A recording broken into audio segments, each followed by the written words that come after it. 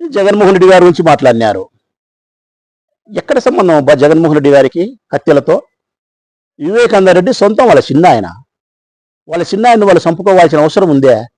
వాళ్ళ చిన్న ఆయన చంపింది పలానోడు నేను గొడ్డలతో చంపినానని చెప్పి దస్తగిరి అనేవాడు చెప్పానాడు. ఆ దస్తగిరి అనే చంపిన వాడిని ఎన్నికేసుకొని వివేకానంద రెడ్డి బిడ్డ సునీతమ్మ తిరుగుతాంది. చంద్రబాబు నాయుడుకు వాదించిన లాయరు లూత్రా దస్తగిరి గారికి కూడా వాదిస్తున్నారు. నేను చెప్పబ్బా, దస్తగిరి అనే హంతకుడికి నేను హత్య చేసినానని చెప్తే అతని తరఫున వాదించే లాయర్ ఎవరంటే లూత్రా. ఆ లూత్రా ఎవరంటే సుప్రీంకోర్టులో ఉండే లాయరు, ₹1 తీసుకునే లాయరు. చంద్రబాబు నాయుడుకి వాదించే లాయరు దస్తగిరికి వాదిస్తున్నాడు, ఐస్ క్రీమ్ అమ్ముకునేవాడికి. ఎవరు ఎన్నికేసుకొని వస్తున్నారు? సొంతం వాళ్ళ చిన్నాయన్ని వాళ్ళు కోల్పోతే జగన్మోహన్ రెడ్డికి సంబంధం అని చెప్తారా?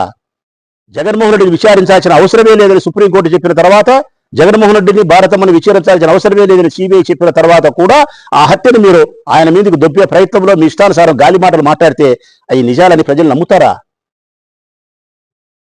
జగన్కి ఎక్కడ సంబంధం ఉంది? ఏ హత్యతో సంబంధం ఉంది? ఇప్పుడు చెప్తా ఉన్నా నేను, జగన్ చేతులు ఎప్పుడూ పరిశుభ్రంగానే ఉన్నాయి. జగన్ హృదయం ఎప్పుడు తెల్లటి పేపర్ లాగానే ఉంది, నిర్మలమైనటువంటి హృదయంతో ఉంది. ఈ రాష్ట్రానికి ఏదో చేయాలని తపన ఉంది ఆయనకు, ఎంతో చేయాలని తపన ఉంది. ఈ రాష్ట్రంలో మార్పు తీసుకురావాలనే సంకల్పం ఆయనలో ఉంది. అందుకే సంస్కరణలకు శ్రీకారం చుట్టినాడు. మీ 40 ఏళ్ల ఇండస్ట్రీ కలిగిన చంద్రబాబు నాయుడు, అంతకంటే ముందుండే చాలా మంది పదుల సంఖ్యలో ఉండే ముఖ్యమంత్రులు సాధించలేని ఘనమైన విజయాలను ఈ రాష్ట్రానికి అందించినటువంటి గొప్ప నాయకుడు జగన్మోహన్ రెడ్డి. ఆయన హృదయంలో నుంచి, ఆయన మెదడులో నుంచి పుట్టిన ఆలోచనలే అమ్మఒడి. నిరక్షరాస్యతను సంపూర్ణంగా రూపుమాపాల, అక్షరాస్యతను పెంచాలా, కేరళ కంటే గొప్ప రాష్ట్రంగా చదువులో తీసుకురావాలని చెప్పి భావించినాడు. కాబట్టి గత ముఖ్యమంత్రులు ఎవరు చేయలేని పని జగన్మోహన్ రెడ్డి చేసినాడు. కాబట్టి అమ్మఒడి వచ్చింది. డ్రాప్అవుట్స్ అన్ని తగ్గిపోయినాయి. నిండు గర్భిణులాగా ప్రభుత్వ పాఠశాలలు అయ్యాయి. నాడు నేడు పథకానికి శ్రీకారం చుట్టింది జగన్మోహన్ రెడ్డి గారు.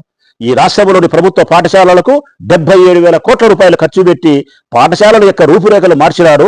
పిల్లల యొక్క తలరాతలు కూడా మార్చగలిగినాడు, అమ్మఒడితోనూ నాడు నేడు పనులతోనూ.